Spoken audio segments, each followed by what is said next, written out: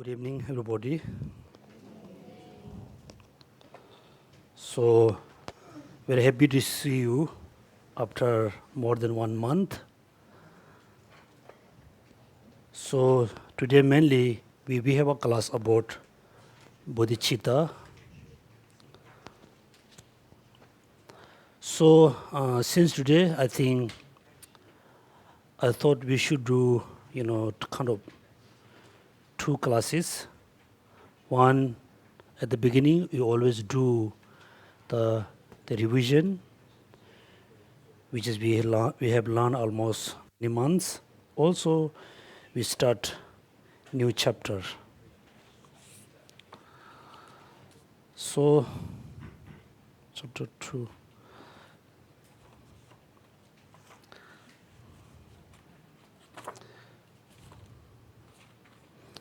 So before we start the new chapter, so I will do the short the revision about what we have learned from the beginning of the Lamrim.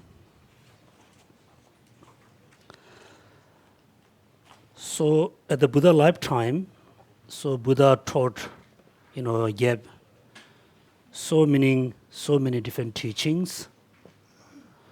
But at that time there wasn't the name so-called Lamrim, path to enlightenment. All the teachings are Lamrim, but there's no really name so-called Lamrim until the Adisha, right? Adisha. So Adisha was born in Bengali, this day we call Bangladesh. He was born in the noble family. Then when he was very young, he became a monk. Then he came to be Kamalashila, studied for a long time. Then he became very famous master in Bodh Gaya. Even though he was very, learned, very famous scholar, still he was really looking the best, path, the best practice to achieve Buddhahood. Then he has this question in his mind that one day he was walking around the Bodhi tree. That he has the question how I can be Buddha through the best or simple practice. Then he got an answer from a Dakinis. The Dakinis said, practice the bodhicitta. And also, so in his dream, he has a lot of dreaming about receiving instruction how to practice bodhicitta. Then finally he noticed there was a master who lived in Sumatra that time, right now in part of Indonesia. Then he came to see him for mainly receiving instruction about bodhicitta.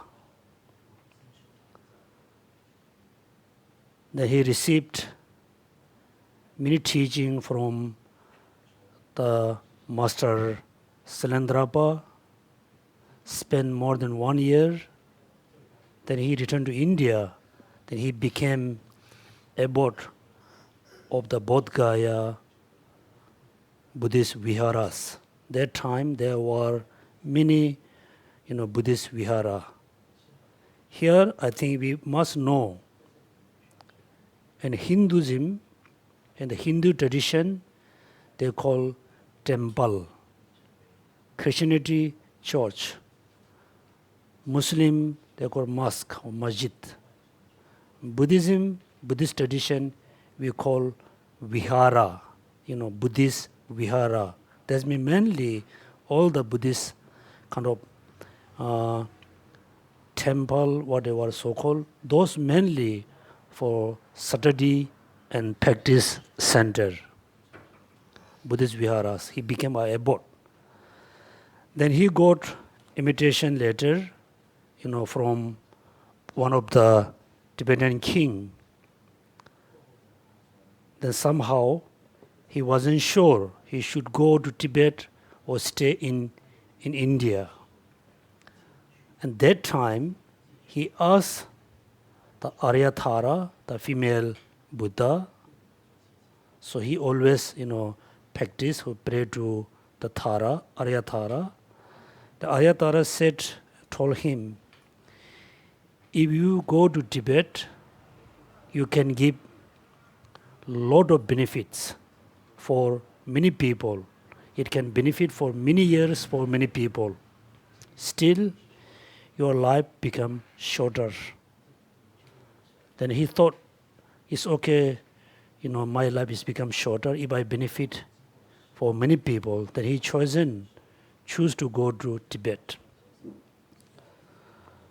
So at the beginning, everybody must study about, the biography of Atisha. Then before he go to Tibet, there was an agreement between the Tibetan people who come to see him and request him to come to Tibet. There's agreement between the monastery and the Tibetan.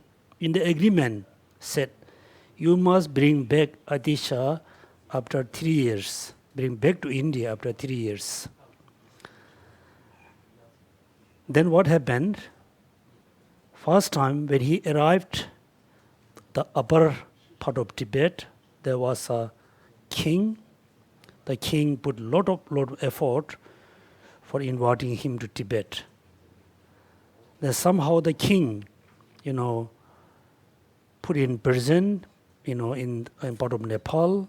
Then his nephew was there. When he arrived to Tibet, the nephew of the king requested him, very simple, please, teach us. Please give a Dharma teaching which is benefit for anybody, benefit for any Tibetan. He didn't request him to give a particular this teaching, that teaching, initiation. He asked him to give the teaching which can benefit to all Tibetans. Then he started to give a teaching which is kind of the essence of all the Buddha teachings. That's why the teaching name called path, Lamb of the path to enlightenment, the Changchuk Lam Yerim Lam. There's a path, Lamrim. Then after he finished the teaching, they written down on paper. Then the teaching, it send it back to India. When the monks opened the text, there was very amazed, very surprised. Then they said, now it's okay to, Atisha can stay in Tibet, how much he wants. Then they thought it is, very important teaching, can be benefit for many Tibetan. That's why the name of the Lamrim, started from Atisha, Lamrim. So what is the uniqueness? What is the, special characteristic about the Lamrim? Then we need to know the 4, do you remember? The 4 greatness of the teaching. The greatness of the teaching. So why Lamrim is very unique? Why Lamrim is so important? Why uniqueness it has, which doesn't have other teaching? So the Lamrim has the 4 greatness. Do you remember what are the greatness?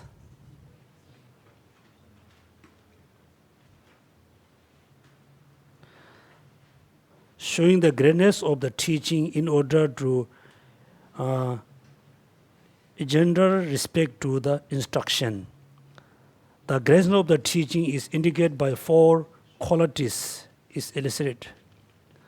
Knowing that all of the teachings are free from contradiction. Okay? Knowing that all of the teachings are free from contradiction. Until Adisha explained, there's no any contradiction. The teaching of between Mahayana, Hinayana, Mahayana, Vajrayana. There's no contradiction. After you study Lamrim, then we will know there's no any contradiction between in a different tradition. The second, coming to understand that all of the scriptures are instruction for practice. So here, after you study Lamrim, we must think, the Hinayana practice, the Mahayana practice. Within the Mahayana, there's a Sutra Mahayana, the Vajra Mahayana. There's no contradiction. They are related, each other. For example, so this day we have a, Theravada tradition. In Thailand, Burma, Laos, Sri Lanka, Cambodia. So when we go there, we thought, they have a different practice. We have a different practice. This is very, misunderstanding. All the Theravada practices, all the Theravada teaching, which is teach about the practices, those are the foundation. We also must practice. Second, when you practice the bodhicitta, the Mahayana, Sutrayana path, when you practice the Sutra Mahayana, although you should not think we no need to practice the Hinayana practices. You cannot think, or you should not think, because the Hinayana practices, the Theravada practices are the foundation to practice the Sutra Mahayana. Then third, within the Mahayana, there's a Vajrayana, Mahayana, Sutra Mahayana and Tantra Mahayana. Also, you should not think, I can practice, it is okay to practice, the Theravada practices and Sutra Mahayana. No need to practice, the Vajrayana, also wrong. So in order to practice the Vajrayana, we must practice bodhicitta. In order to practice bodhicitta, we must practice the Theravada practices. There's no contradiction between Theravada and Mahayana. Second, the uniqueness. After you study the Lamrim, then we all going to know, understand that all of the scriptures are instruction for practice. The scriptures, the teaching taught by Buddha, the teaching taught by, other masters, all the teachings mainly teach us how to practice, how to increase the positive thoughts, positive pure thoughts, how to decrease the negative thoughts. This is the second uniqueness or second the greatness. Third, easily finding the conqueror's instant. So after you study Lamrim, then we will know what is the main intention, main motivation of the Buddha taught Dharma, taught all sentient beings. Therefore, very simple way you should think, the Buddha Shakyamuni, he was a Buddha, he was a excellent doctor, the best excellent doctor. We everybody, all sentient beings, look like a patients who are really sick for eons and eons. Sickness, we have a lot of sickness. All the dharmas taught by Buddha, all the dharma taught by Indian masters, Chinese master, other masters, all the teachings are the medicine. Medicine. Among the medicine, some medicine is only for headache, some medicine for only for stomach ache, so and so. There's different types of medicine according to different sickness. Right? Different sickness. So in order to cure all the sickness, we need to take the medicine.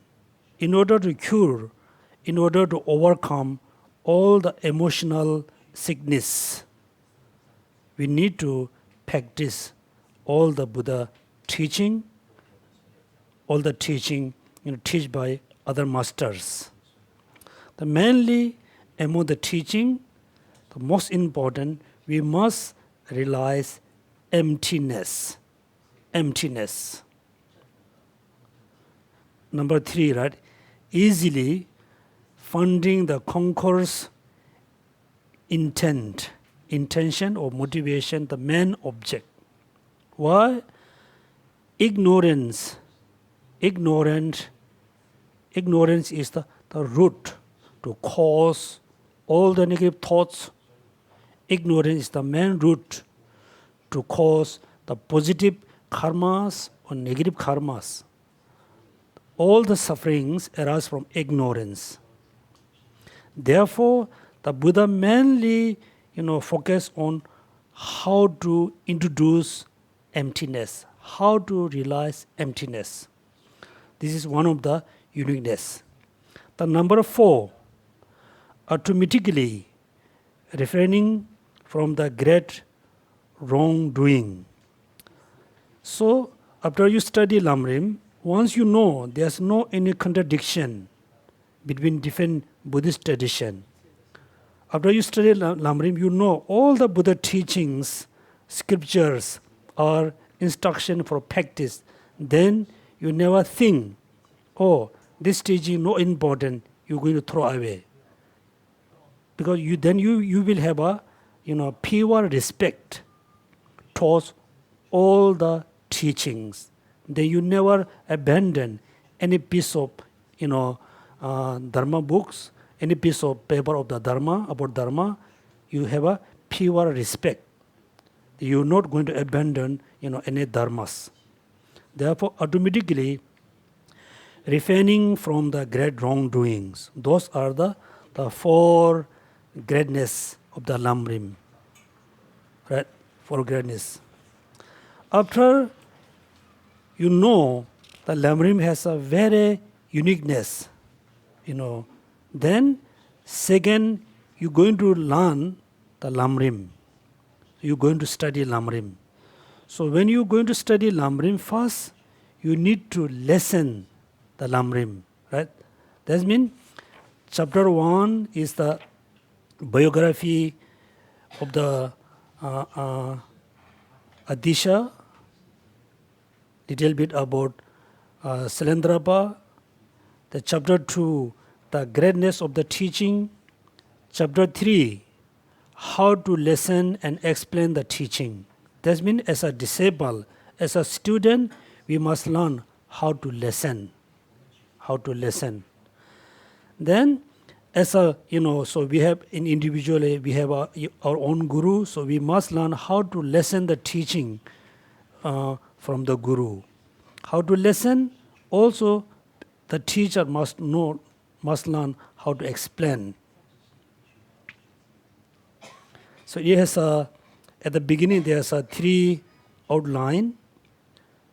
So before you listen the teaching, before we study Lamrim, we must know what kind of benefit I can have, right? So before we study Lamrim, before we practice any kind of thing, any practices, we must know what kind of benefit I can have. If I don't practice, what kind of loss I can have. You must compare, always contemplate between the benefit and loss. At the beginning, look at number 1. How to listen to the teaching is explained in the 3 parts. Contemplating the benefit of the hearing the teaching, developing reverence of the teaching and the instructor. How you actually listen. That means, first you must know the benefit of the listening teaching. Also, you must know the benefit of the practice of Dharma. Right?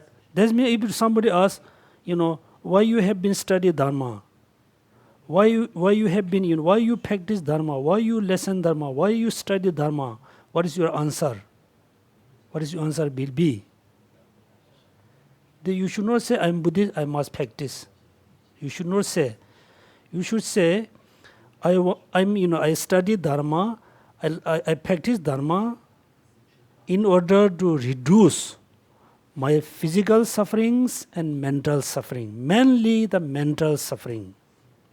I study Lamrim, I study Dharma in order to increase my positive thoughts and positive minds. Mainly I want to study Lamrim or study Dharma in order to generate the great compassion and bodhicitta, in order to reduce negative thoughts, in order to increase the positive thoughts. So therefore you need to know the benefit.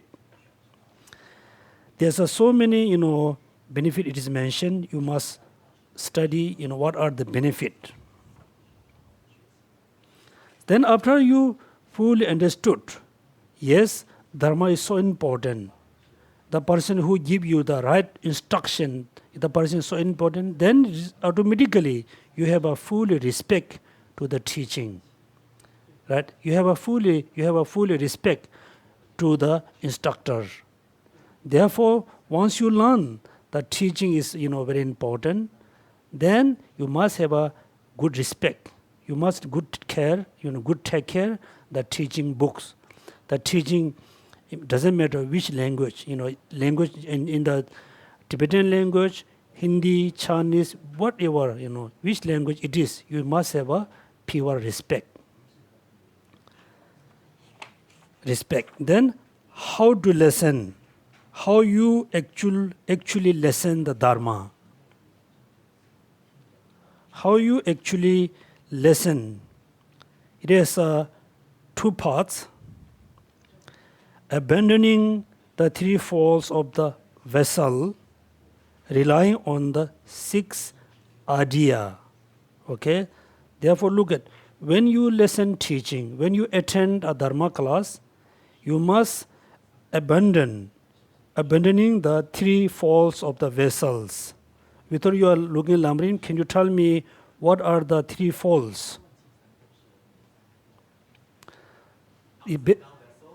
Yeah, the upside down vessel, leaky vessel, yes, stint, right? Stint vessel. So among the 3, which one you?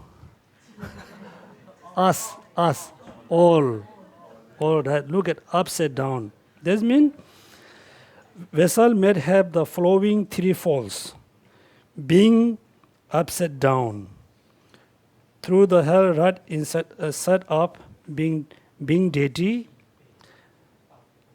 Now upside down means when you attend the teaching, first you should think. Should I attend the teaching? Should I attend the Dharma class or not?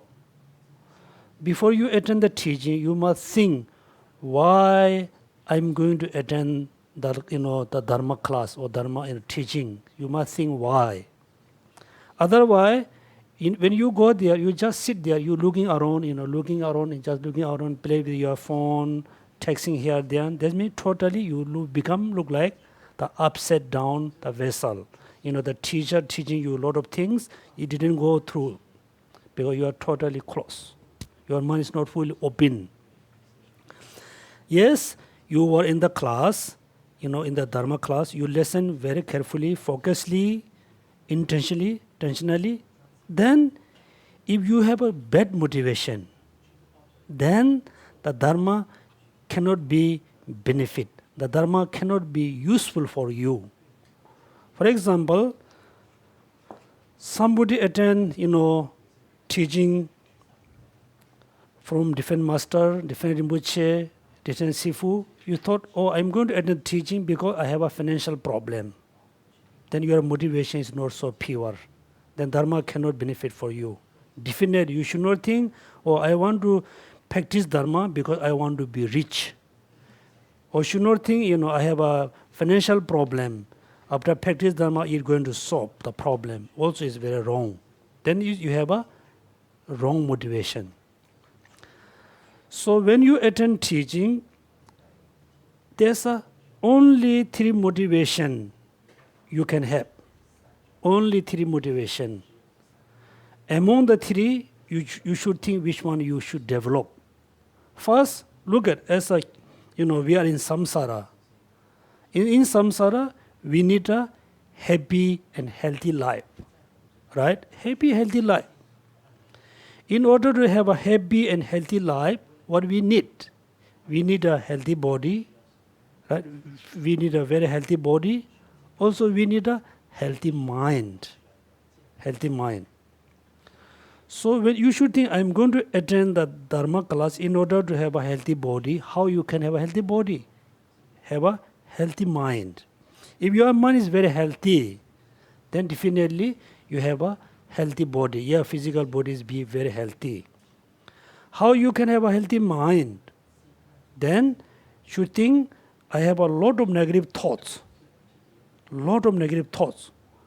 I am going to reduce in order to happy for this life, in order to have a happy life for next life. One motivation. This is what we call the small scope, the path. When you try to control your negative thoughts, when you try to reduce the bad thoughts, then you always engage into negative action, very less. When you are not going to engage in the negative action, then there's no way you're going to accumulate, fresh and new negative karma. Then automatically, you're going to reduce your suffering and control the negative thoughts. The second motivation, when you're going to attend the teaching, you should think, yes, I'm very happy in this lifetime. I'm always doing good. I'm always accumulating positive karma. I'm doing good things for myself, for others. Then definitely, the next life, I can have a happy life. You are not worrying about this life and next life because you are very sure, even the next life, you are being born as a human, happy human. Still, next life, if you are born as a, one of the rich person, if you are born as a very powerful king, very powerful person, economically, politically, still, what? You are in samsara, right? You can see in our lifetime, someone is very rich, very healthy. Your friends, your family, your neighbor, they are very rich. Materially, very rich. But they are always not happy at all.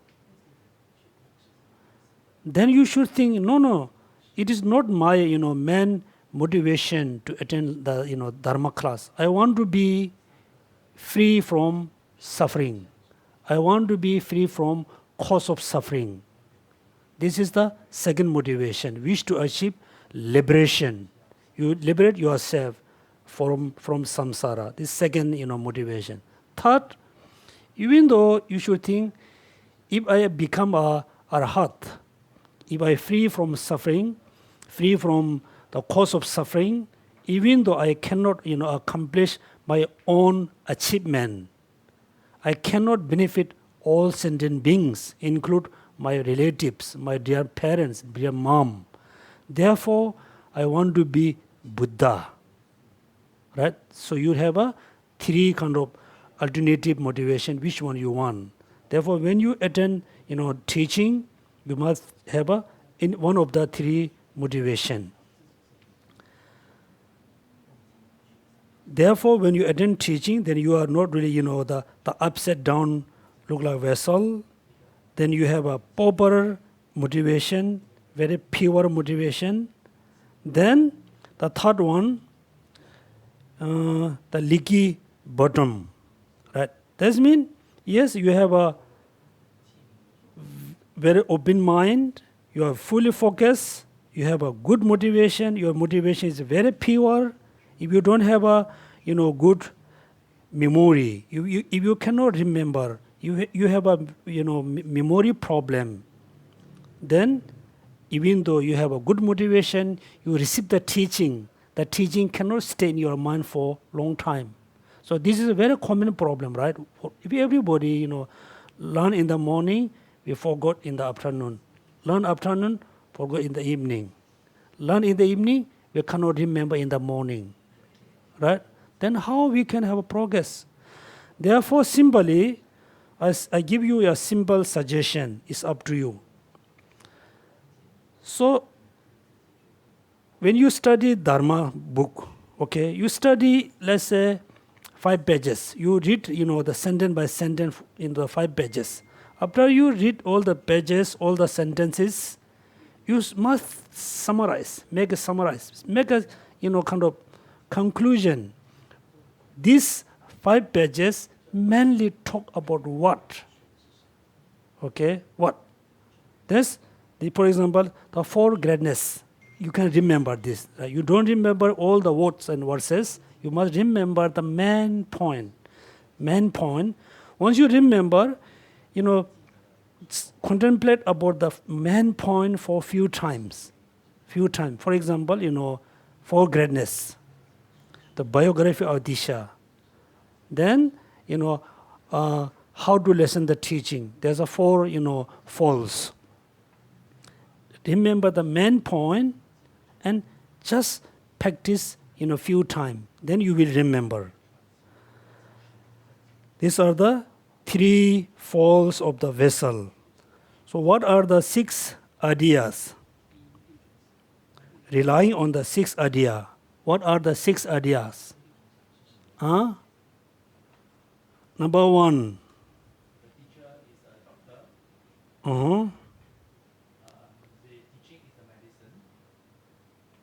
The medicine must be consumed. Number 1, yes, you are right. Thinking of yourself as a sick person.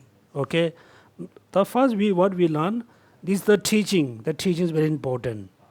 How I should listen. I have a 3 minds. One is very open, very focused, pure motivation. You must try to remember, try to memorize, try to remember. Very important, right? 3 things. Then, why I need to practice Dharma? Yeah. Why I need to study Dharma? Then there is a 6 idea. Think of yourself as a sick person. You should always think, I'm a very sick person. I'm not physically sick. Still, I have a lot of sickness. Sickness of attachment, sickness of desire, anger, hatred, ignorance, jealousy. Look at.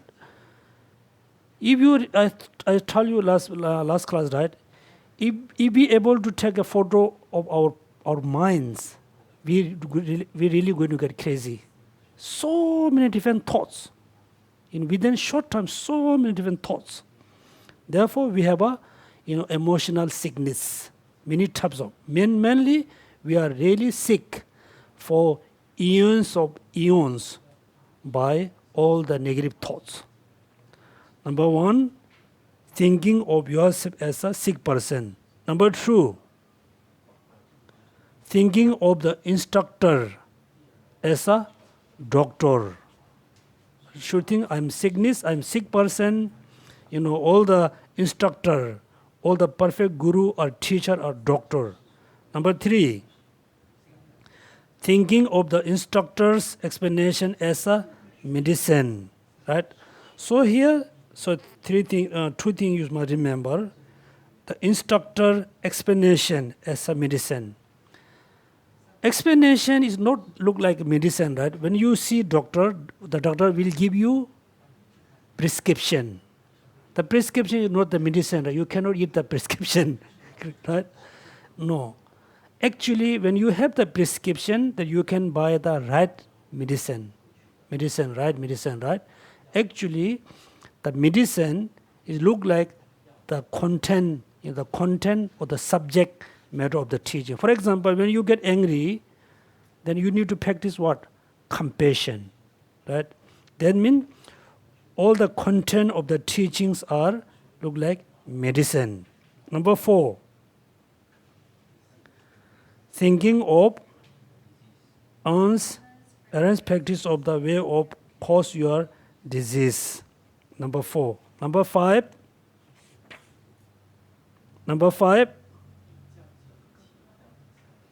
Because you need to turn a few pages, right? You cannot see it. Thinking of the Tathagatas as excellent being. That means, yes, you have emotional problems. We know we have so many types of suffering, but we don't know how to overcome. Right? Therefore, we need a experienced person, which is Buddha Shakyamuni, include other Buddhas. Those are the excellent being. Because, look at all the Buddha who gave a teaching, before they teach Dharma, they have go through all the practices. They have an experience. Therefore, they can give us the right instruction. Therefore, those are the excellent being. Number 6, with that the teaching will endure for long times. Therefore, when you understood that teaching is so important, automatically then you feel the teaching must remain for long time. Okay. 6 adya. Then this is when we listen teaching, we must free from the 3 faults. We must have the 6 adya. Right? Very simple. The how to explain a teaching in which both the teaching and its author are great. Now this mainly, now we know his story of the Adisha, then we know the uniqueness of the teaching, then we know how to listen, how you should be. You should be free from 3 faults, right? And also you must have the 6 thoughts, 6 adya. I am very sick. All the dharma are like medicine, so and so 6. So next time you must remember all of them. Now how to explain the teaching? It has 4 parts. Contemplating the benefit of explaining the teaching, developing the reverence of the teacher and the teaching, with what sort of thoughts and behavior you should explain in the teaching, differentiating between the short. There's a 4th, right? So next time we do another, we will start from the 4th chapter, relying on the teacher. So therefore, I think every class we should have a revision about from the volume 1. Okay, now we start the new chapter, which is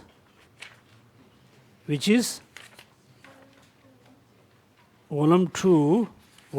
Then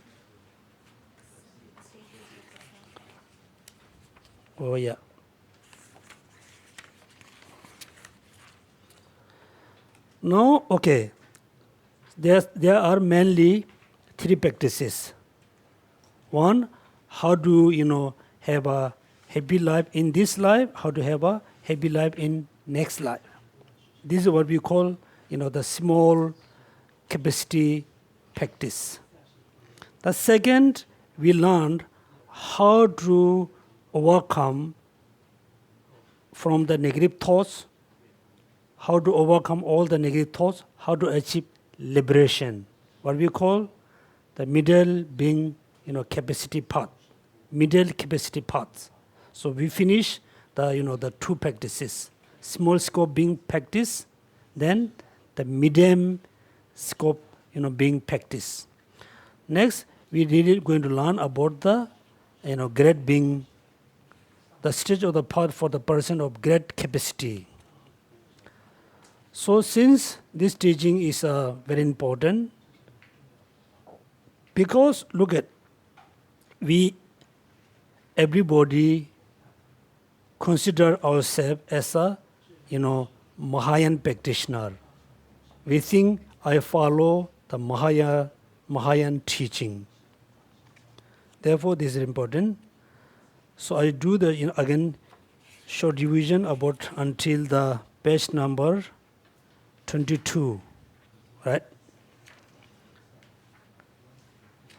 Respectfully, I bow down the feet of the excellent and reverse person who have great compassion. After such as extended meditation on the faults of the sacred existence from the Varis perspective, you will see all of the sacred existence as a pit of the blazing fire. So, in the past, when we study about the middle great being paths, then we learn how to overcome from the samsara. Also, we learn all the faults of the samsara. So, therefore, first, you really seriously need to contemplate, need to meditate about the samsara. Then, when you think about samsara, when we think about the sufferings, the second, we think about the cause of samsara, right? When we think about the cause of samsara, then there are two things, which is the afflictive emotions and the karma, right? And the afflictive emotions, the karma, in the positive or negative karmas, both of them, accumulate based on ignorance. Therefore, before you practice bodhicitta, before you generate bodhicitta, you must meditate on, samsara and cause of the samsara. Through your meditation, then you will realize, in samsara, not happy at all. Then you can see samsara is look like the pit of the blazing fire. Then you will be completely consumed with the desire to attain liberation. What does mean liberation? The elimination of suffering and the afflictions. So here, I think we must learn a little bit about how to accumulate karma. What are the root to accumulate karma?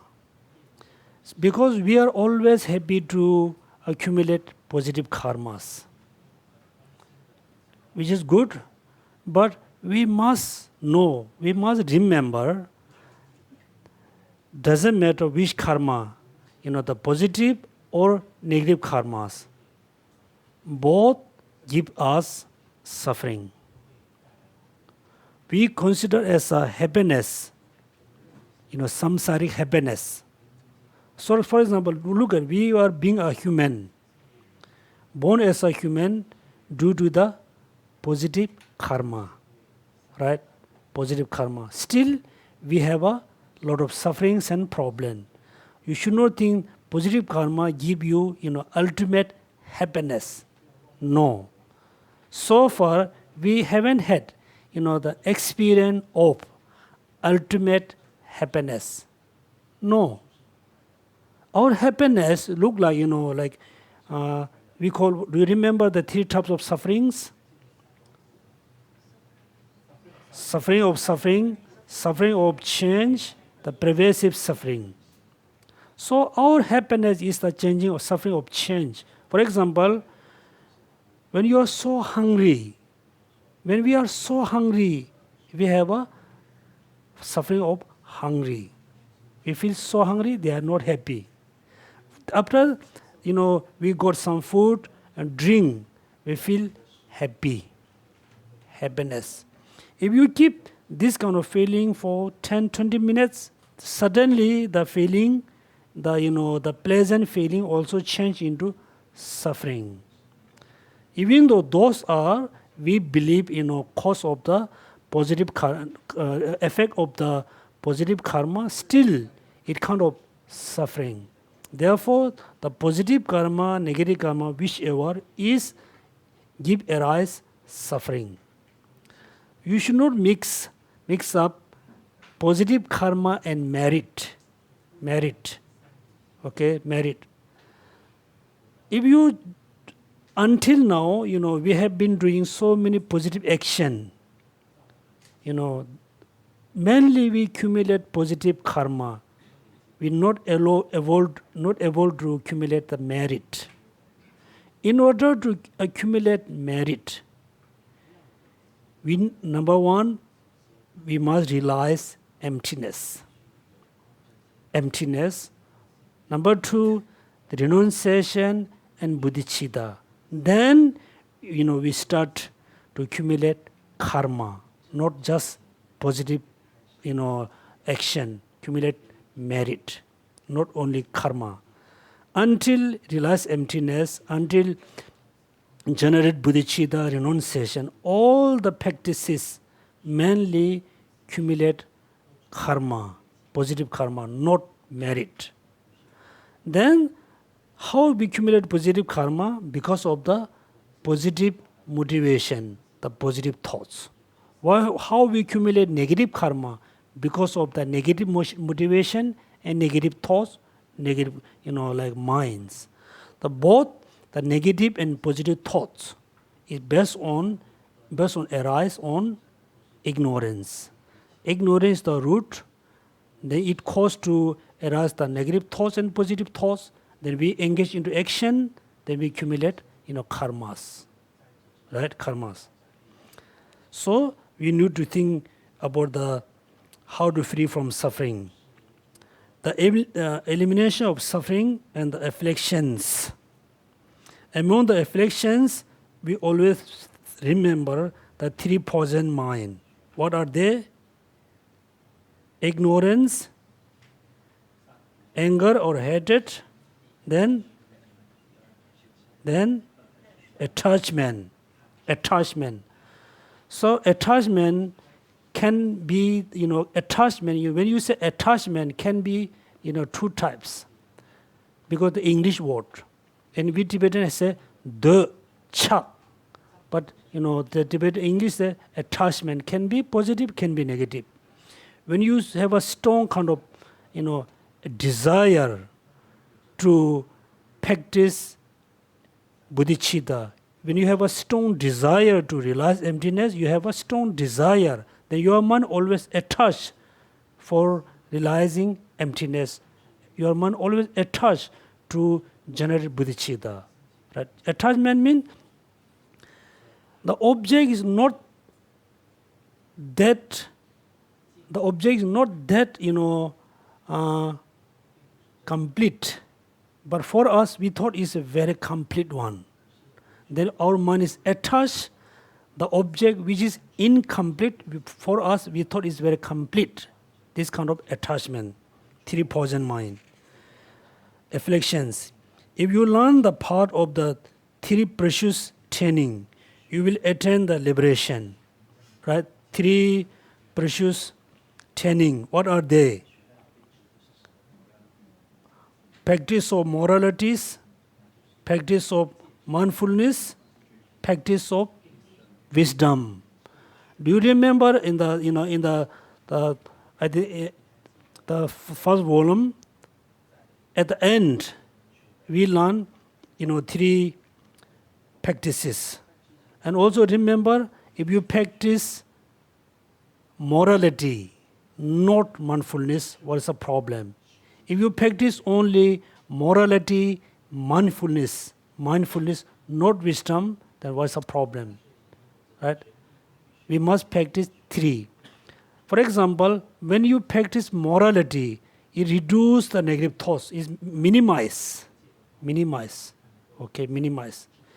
If you don't practice mindfulness, it's always minimized, not really, going to reduce, kind of very low level. Then If you don't practice wisdom, then you cannot get rid of all the negative thoughts, include ignorance. Therefore, we must practice three of the precious training. Practice of morality, practice of mindfulness, practice of wisdom. The wisdom mainly, the wisdom which relies emptiness. Emptiness. Right? Look at here, very important is say here. If you learn the path of the three precious training, you will attain liberation, which is free of cyclical existence and indeed what call this one irreversible. Unlike the glory of the highest state, which is a class.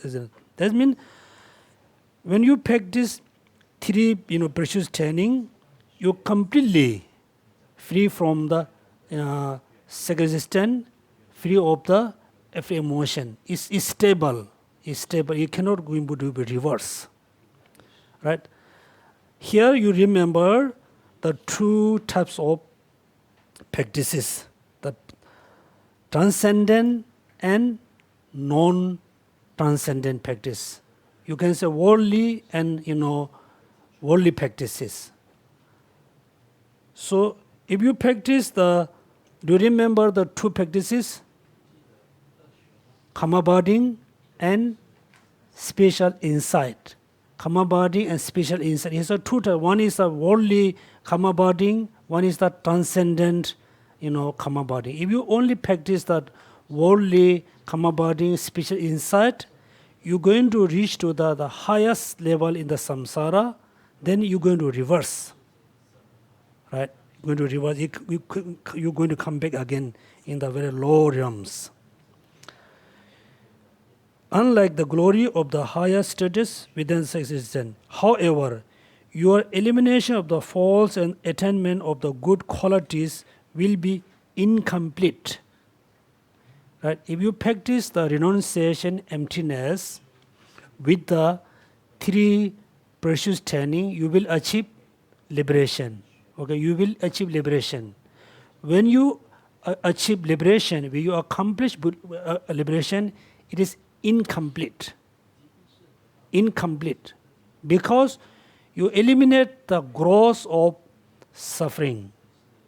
Still you have a very subtle types of suffering there. If you achieve liberation, you cannot benefit all sentient beings. Therefore, the achievement is very, incomplete. Thus, you will not have accomplished your own aims and can only accomplish the purpose of the other in limited ways. That means when you achieve liberation, it is very incomplete because you will not have accomplished your own aims. That you cannot accomplish your own aims. Also, only accomplish the purpose of the other in the limited way.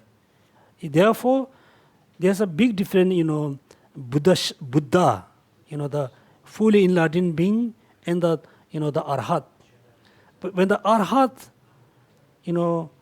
try to benefit other, yes, they can, benefit many people, but the ability is limited. The ability is limited. For example, the story about, I told you a story, right? One of the non-Buddhist person, he was 80 years old. He really wanted to be a Sangha. He really wanted to be ordained. Right? Then, so the Mungalputra and Shariputra, Mungalyana and Shariputra, they reject him to be full ordained person. Because they try to see, he has the kind of potentiality or not. He has the potential or not. They try to see. They cannot see. They could not see. Then Buddha accepted him be full ordained. Because Buddha able to see, he has a potential. He has the ability to practice Dharma. He has a potential to be full ordained. Therefore, Buddha has a, the limitless kind of power. All the arhat has a limited. Therefore, they cannot benefit, all sentient being limitless way. They has a always limited. Eventually mean, after you achieve the arhatship, eventually a Buddha will exhaust you and you will have to enter the Mahayana. Because of this, intelligent person should enter the Mahayana from the beginning. Some of you may think, oh, I cannot practice bodhicitta. First, I want to practice only, how to accumulate positive karma, how to eliminate negative karma. Then slowly I will practice the Four Noble Truths, then dwelling and independence. Then I will achieve arhat. Then I will practice bodhicitta. You think this way, step by step, quite easy. But at the beginning he said here, because of this, intelligent person should enter the Mahayana from the beginning. From the beginning. Because once you achieve liberation, you have a, very, the blissness, very happy state, happy mental state. You have a, very bliss state. When you have the blissness, you don't want to awake from that state. You want to remain that state forever, forever. I tell you the short story, still, in the future you still can see. In the part of the Himachal, I think most of you went to Dharamsala. Then from Dharamsala, there's another valley we call Spiti. Spiti. I think almost 20 years ago, one of the company, they built a road in the mountain. During the construction time, they found a kind of the mummy, right, that kind of dead body. They found a body. Somehow they just found the body, they put it on the side of the road, the body for just few months. They just ignored the body there. Then slowly they noticed, the hair is growing. Look like fresh hair. Then they thought it's something, different. Then the local people noticed there's something there. Then they, preserved the body. Then many years, slowly the hair is still growing. When you look at the body, it looks like very dry, completely very dry. When you touch the body, it's still very soft. There are many scientists, American scientists, Indian scientists, they went there, they test, they do a lot of experiment. Then they notice that roughly the dead body is 550 years old. Then how we know, the person is still alive? One is, the hair is growing, the body look very dry, when you touch it very fresh. And the sitting, posture is look like, completely like meditation posture. I think they found a kind of cloth they tied by this body, the hands like this. Maybe he was doing recitation, then within the meditation, the person passed away. Right? Therefore, this kind of person can be still alive, but they don't have the gross kind of, the minds, gross feeling. The feeling is so still. Even though this kind of body can be thrown as a fossil, what do you call it? The bone become rock. What do you call it? Fossil? Fossil. Can be thrown as fossil. Right? Therefore, they don't want to awake this kind of the bliss, the happiness state. Therefore, the Buddha need to hear, say, look at, eventually the Buddha will exhaust you. Says, Buddha asks you to awake, practice bodhicitta. Then they awake, then, try to practice bodhicitta, they cannot. They miss the bliss, the happy state. Then they go back again the meditation. They cannot. Therefore, here said, the intelligent person should enter the Mahayana from the beginning. From the beginning. Once you have abandoned the forever the two lower vehicles, which possess no power to provide the welfare of the world, enter the vehicle which is the conqueror Shakyamuni compassionately taught. That means we have three vehicles. Right, three vehicles. What are they? Two lower vehicles, then the Mahayana vehicles. Hearer, number one. Number two, solitary realizer. Then Bodhisattva. The vehicle of the in Bodhisattva, vehicle of the hearer, vehicle of the solitary realizer. Three vehicles. Among the three, we must practice the Mahayana vehicles, which is taught by the compassionate Buddha. So this is bodhicitta. So we just skip all the verses. We jump into page number 15.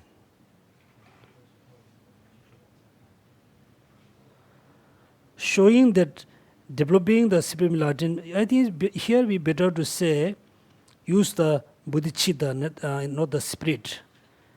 Showing that developing the bodhicitta of enlightenment is the only entrance to Mahayana. How to develop the spirit enlightenment? Spirit of enlightenment mean bodhicitta is synonymous. Okay? How to learn the bodhisattva deeds after developing the bodhicitta? Number one. What's the number one? Showing that spirit of enlightenment is the only entrance to Mahayana. Is very important. Okay, we have two types of Mahayana practices. What are they? Sutra Mahayana and Tantra Mahayana. Which practice you practice? Sutra Mahayana or Vajra Mahayana? You must enter into the bodhicitta. Okay. Now, page number 16. Given that you should enter the Mahayana in the above mentioned manner, what is the intents? The reply. The conqueror taught that there are no Mahayana vehicles other than the perfection vehicles and Tantra. Here the perfection vehicle and Sutrayana vehicle are synonymous. Okay, synonymous. So here I give you another, short kind of information about the Sutra Mahayana and Tantra Mahayana. Now we need to think about, the history of Buddha Shakyamuni. At the beginning, the first time he taught what? The Four Noble Truths. Four Noble Truths. It's we call, the common teaching. It's teaching for everybody. It's a very common for common people. Four Noble Truths. The second time, the mostly, from the Varanasi until the Vulture Peak, Rajgir, Vulture Peak, until that, mainly Buddha taught the common teaching for the common people. He didn't have the selective students, no selective students, until give a teaching at the Vulture Peak. The second time, then he give very, very, very different teaching. Very different teaching. How? During the first wheel of Dharma, mainly he talked about everything except the person. Everything except the person exists independently. Except person is selflessness. Otherwise, all phenomena exist independently, inherently, solidly. Right? The second time, he said nothing exists independently. Everything empty of inherent existence. Now it's a kind of look like two different teaching. One first said everything exists independently. Second time he said nothing exists independently. There's a look like contradiction. The second teaching we call the perfection teaching, perfection vehicle. Because in Tibetan we call, paroldu chimba mean go beyond the samsara. Go beyond the samsara, perfection teaching. Go beyond the samsara. If you only practice the Four Noble Truths, 12 links interdependence, if you only practice these practices, you really cannot go beyond the samsara. You can go beyond the gross level of samsara, not the subtle level. Therefore, second time when he talked about emptiness, then he teach, how really overcome the root of the samsara, how to go beyond the, samsara and cause of samsara. We call perfection. Then, third time, then people has a confusion. That many disciples has a confusion. First he said everything exists independently except the person. Second time, nothing exists independently.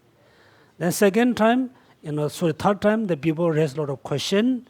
Then, Buddha clarified between two teaching.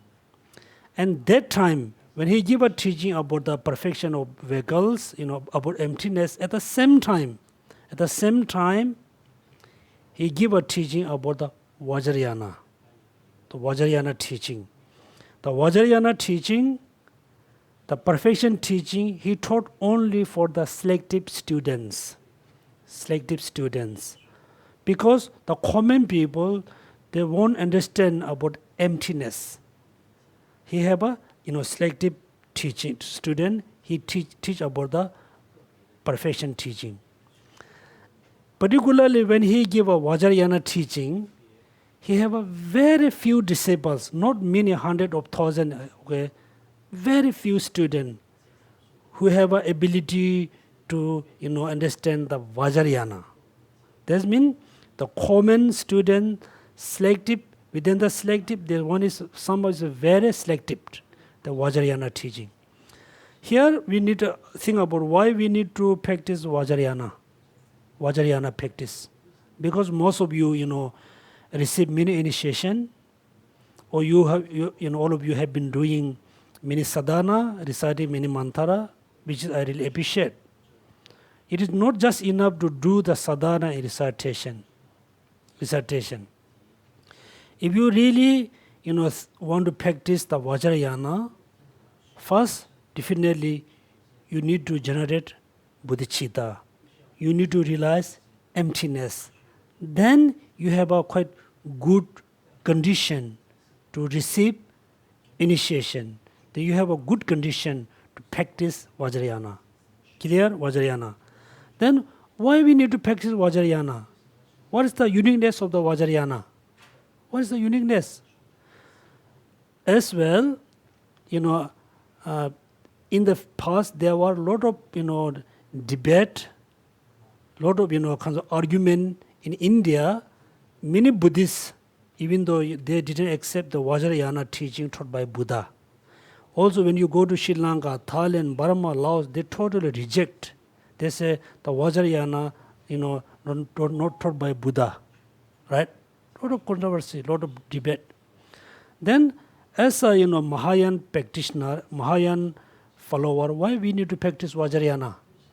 Why? Why you are, try to receive initiation? Why? Huh? Why? Huh? Faster to get enlightenment, right? Look like the fast food. Exactly, express and fast food. Fast food is very easy to cook. At the end, what happened? You have a lot of problems, right? Many people say, yes, faster way to achieve Buddhahood is very important. Make sure it's very faster way. If you really know, that very precisely how to practice Vajrayana is very fast. If you did some mistake, if you really do some kind of the practice go wrongs, is very dangerous. It's very dangerous. You look like, do you know this day we have a bullet? The bullet can kill, one person, not 10, 20 people. One bullet kill how many people? Maybe 2, not 4, 5, right? Then second, we have a nuclear weapon. Then we have a nuclear bomb, right? Right? It's very dangerous. If you throw the nuclear bomb in the right direction, you can kill your enemy. If you throw in the wrong way, you kill your friends, your family. The Vajrayana practice is exactly same like that. Okay, if you don't know how to practice, there's a lot of dangers. If you know the precisely how to practice, it's very fast. It look like. Do you remember the analogy? You have a very big knife. The knife has a two side. Double the edge. If you use how to cut the tree, it's very powerful. You cut the tree very easily. If you don't know how to use, you cut your face, right? So here my answer is why we need to practice Vajrayana. So far we believe in the future we will become Buddha, right? Do you believe? You believe or you heard? You hear about becoming Buddha. So also we say Buddha body, speech and mind. In order to have a Buddha mind, Buddha speech, the Buddha must have a body. Without body, how can Buddha can give a teaching? Must have a body, must have a mind, must have a body. How Buddha can have a pure body, which is we don't have? Right? This physical body, what we call the pervasive suffering, is not the very pure. We can see it's changing, it's a lot of problem. The pure body. In the Suttarayana, any teaching, it never ever mention how to accomplish the pure body. Clear? Very pure body. So only the Vajrayana practices, only the Vajrayana, Suttarayana teaching explain, introduce how we can have the pure body. The Vajrayana practice is a very uniqueness how to accomplish the pure body. Then in the Vajrayana we have 2 practices, right? Do you remember? Every day we chant the foundation of the all good qualities.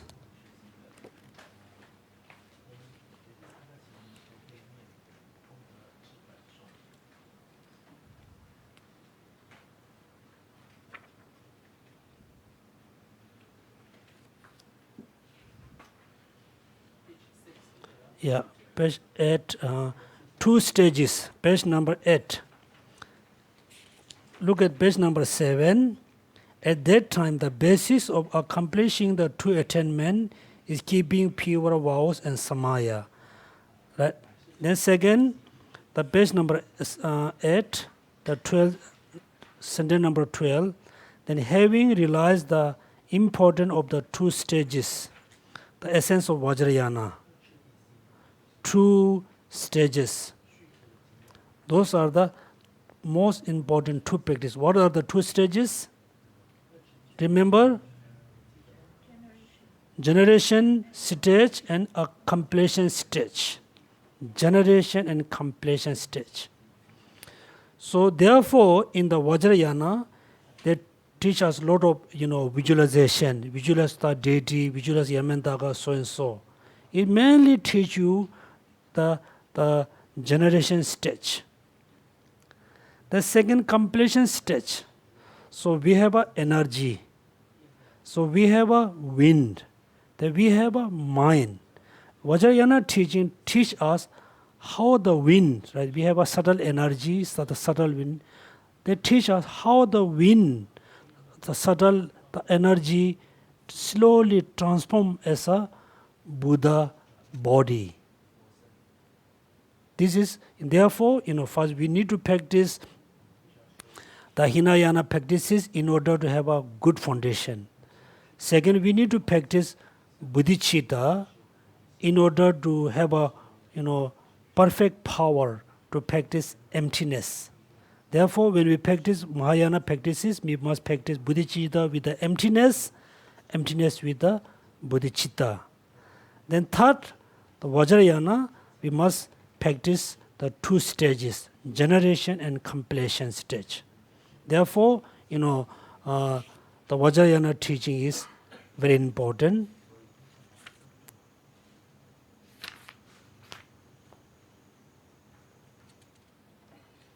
There are two types of the Mahayana, right? What are they?